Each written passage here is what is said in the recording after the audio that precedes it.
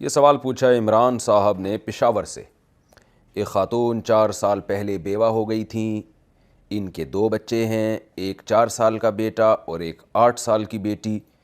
इनके ख़ावंद की वफ़ात के बाद ससुराल वालों ने इनकी कोई कफ़ालत नहीं की, तो उन्होंने ख़ुद से सिलाई वगैरह करके बच्चों को दिया। अब ससुराल वाले कहते हैं कि बच्चों को यहाँ छोड़ दो और अपने लिए कोई अलग से इंतज़ाम करो। तो क्या वो बच्चों को अपने साथ रख सकती हैं या बच्चे ससुराल वालों के पास रहेंगे? अगर वो शादी करना चाहें तो बच्चों के बारे में क्या हुक्म होगा? इमरान साहब पेशावर से। बड़े मसाइल हैं ये आजकल। लड़की बेवा हो जाए या तलाक हो जाए तो बच्चों में बड़े फड्डे होते हैं, ख़र्चा कौन उठाएगा, इस पे बड़े झगड़े होते हैं। देखें, जब ये ख़ातून बेवा हो गई ना तो इनके 2 मसले यहाँ अलग अलग हैं। एक तो ये कि बच्चे रहेंगे किसके पास, ये अलग मसला है। दूसरा, बच्चों का ख़र्चा किसके ज़िम्मे है, ये अलग मसला है। तो पहले मैं रहने का मसला बता देता हूँ कि बच्चे रहेंगे किसके पास। तो शरीयत में हुक्म ये है कि औरत 4 साल यानी अगर किसी तलाक की सूरत में तो अलग हुक्म है, लेकिन जब बेवा हो जाएगी ना तो औरत बच्चों को अपने पास रख सकती है जब तक कि वो बच्चों के किसी गैर महरम से शादी नहीं कर लेती। यानी मिसाल के तौर पर औरत अगर अपने शौहर के मरने के बाद देवर से शादी कर लेती है तो बच्चे रख सकती है अपने पास, क्योंकि वो देवर बच्चों का चचा है। तो जो भी बच्चों का महरम रिश्ता है ना, यानी हम इसको आसान में यूँ कह सकते हैं कि औरत शादी कर रही है अपने शौहरी के ख़ानदान में, तो फिर तो वो बच्चे अपने पास रख सकती है। लेकिन औरत अगर शादी कर रही है अपने ससुराल के ख़ानदान के अलावा कहीं गैर में, बाहर ख़ानदान से बाहर शादी करती है, तो फिर बच्चे जो है वो नानी के पास रहेंगे। नानी ना हो तो दादी खाला के पास रहेंगे, खाला ना हो तो पहले नानी के पास रहेंगे, नानी ना हो तो दादी के पास रहेंगे। और यानी ख़ुलासा ये निकला कि फिर वो अपने बच्चों को ससुराल की मर्ज़ी के बग़ैर वो अपने साथ सौतेले बाप के पास नहीं रख सकती। यानी सौतेले बाप के पास औरत के लिए अपने बच्चे रखना इस सूरत में जायज़ है कि ये तमाम जो दूसरे रिश्ते हैं ये राज़ी हों, जिनमें सबसे पहले जो है ये यानी वो है जो माँ के क़ायम मक़ाम होते हैं, जैसे नानी दादी वग़ैरह। अब बच्चों की नानी तो चूँकि इस खातून ही की माँ हैं, तो माँ अगर रखने के लिए तैयार ना हो, वो कहे कि जी मैं नहीं रखती, मैं अपनी बेटी के पास अपने बच्चों को रखूँगी, मैं क्यों अपनी बेटी के बच्चों को पालूँ, तो फिर दादी का हक़ आ जाएगा। तो दादी भी अगर रखने के लिए तैयार नहीं है तो फिर खाला का हक़ आएगा। ये पूरी तरतीब है। लेकिन ये सारे के सारे अगर दस्तबरदार होते चले जाएं कि नहीं हम नहीं रख सकते, तो फिर जो है ये बच्चे जो है वो माँ के साथ जाएंगे। तो आम तौर पे नानियाँ रखती नहीं हैं, बल्कि दादी ही रखती हैं। जैसे कि इस कंडीशन में आपने बताया कि ससुराल रख रहा है, तो ससुराल का मतलब ये है कि बच्चों की जो दादी है वो रख रही है बच्चे। तो अगर ये ख़ातून इस ख़ानदान के अलावा कहीं गैरों में शादी कर लेती हैं बेवा होने के बाद, तो फिर ये बच्चे अपने साथ नहीं रख सकती, बच्चे ससुराल में ही रहेंगे, जो इस सिचुएशन में जो आप बता रहे हैं। लेकिन अगर ये ख़ातून कहीं शादी सिरे से करती नहीं है या करती हैं लेकिन ससुराल ही में कर लेती हैं, तो फिर ये बच्चे अपने साथ रख सकती हैं। तो आपने जो सूरत बताई है उसमें तो ऐसा लग रहा है कि ये ख़ातून अब शादी कर ही नहीं रही हैं, तो इस सूरत में इनसे बच्चे कोई भी छीन नहीं सकता, ये बच्चे अपने पास ही रखेंगी। एक बात हो गई। दूसरी बात ये कि ये बच्चों की जो मैंने बात की है कि यानी बचपन में ये कहाँ रहेंगे, ये उस सूरत में है जब बच्चे हों। लड़का जब 7 साल का हो जाएगा और लड़की जब 9 साल की हो जाएगी तो माँ का हक़ हज़ानत ख़त्म हो जाता है।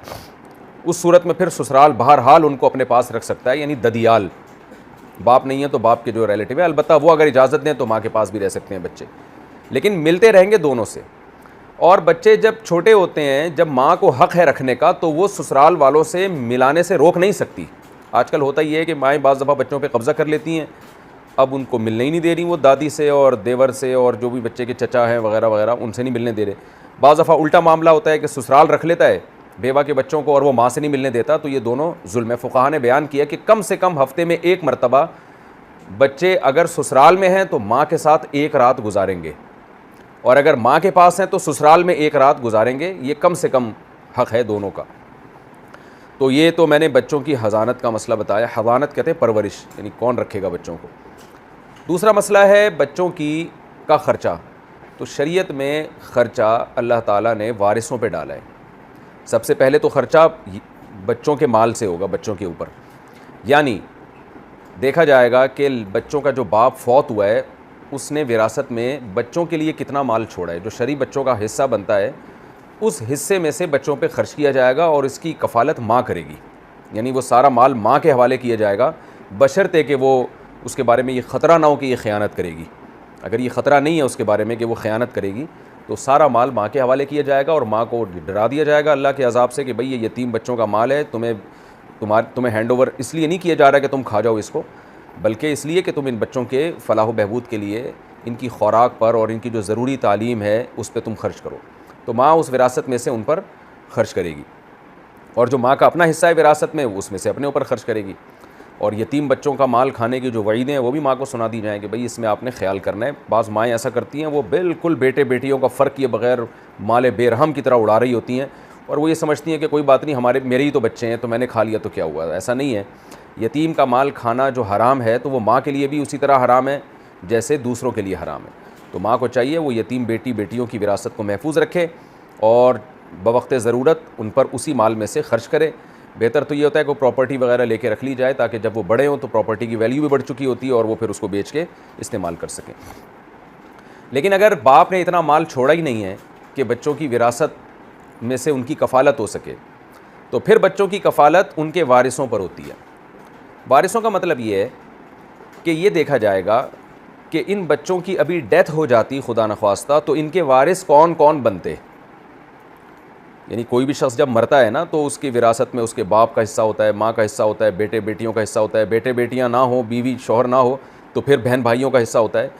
तो बहन भाई ना हो तो फिर चचा का हिस्सा होता है, चचा ना हो तो फिर चचा के बेटों का हिस्सा होता है। तो उलमा से ये पूछा जाए कि भाई इनके वारिस कौन कौन हैं, तो जो भी इनके वारिस हैं उनमें से जो कमा रहे हैं, जो गरीब नहीं हैं, जो ख़ुद मालदार हैं, उन वारिसों पर यह ख़र्चा डिवाइड होगा उनकी विरासत के बक़दर।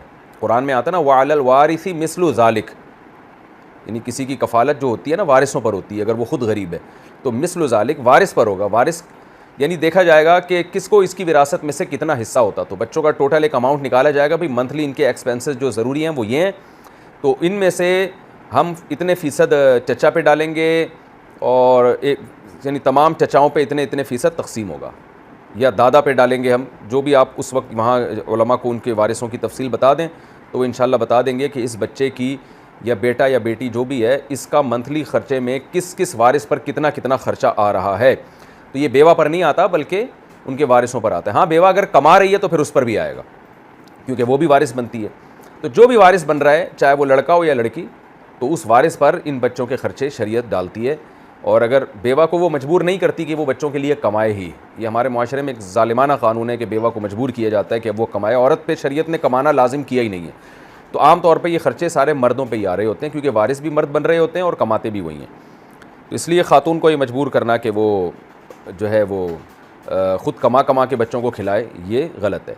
और ये उससे बड़ा जुल्म है कि कमा के खिला माँ रही है और बच्चे ससुराल ने रखे हुए हैं, ये तो और बड़ा जुल्म है। तो इस जुल्म से अल्लाह ताला बचने की तौफीक अता फरमाए। जवाब बहुत लंबा हो गया तो मैं खुलासा उसका बयान कर देता हूँ कि बेवा के जो बच्चे हैं वो बेवा के साथ ही रहेंगे जब तक कि वो अपने ससुराल से बाहर शादी नहीं कर लेती। अगर वो ससुराल से बाहर शादी कर लेती है तो फिर ये बच्चे ससुराल रख सकते हैं, लेकिन माँ से मिलने से रोक नहीं सकते इनको।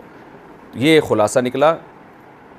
और दूसरी बात, ख़र्चे जो हैं उन बच्चों के वारिसों पर हैं, वारिसों पर, जो कि आम तौर पर ददियाल होता है। जो कमाने वाले वारिस हैं उन पर इन बच्चों के ख़र्चे, उसकी तफसील आप किसी भी मुफ्ती से पूछ सकते हैं। उसका खुलासा कुछ मैंने आपके सामने बयान कर दिया। और ये बहुत बड़ा जुल्म है कि कमा के माँ खिला रही है और बच्चे ज़बरदस्ती ससुराल ने रखे हुए हैं, क्योंकि माँ कमा नहीं भी रही हो तो फिर भी छोटे बच्चे माँ का हक़ हैं जब तक कि वो ख़ानदान से बाहर शादी नहीं कर लेती। छोटे बच्चों को माँ से कोई छीन नहीं सकता। ये चीज़ अहादीस में बहुत वजाहत के साथ हमें मिलती है।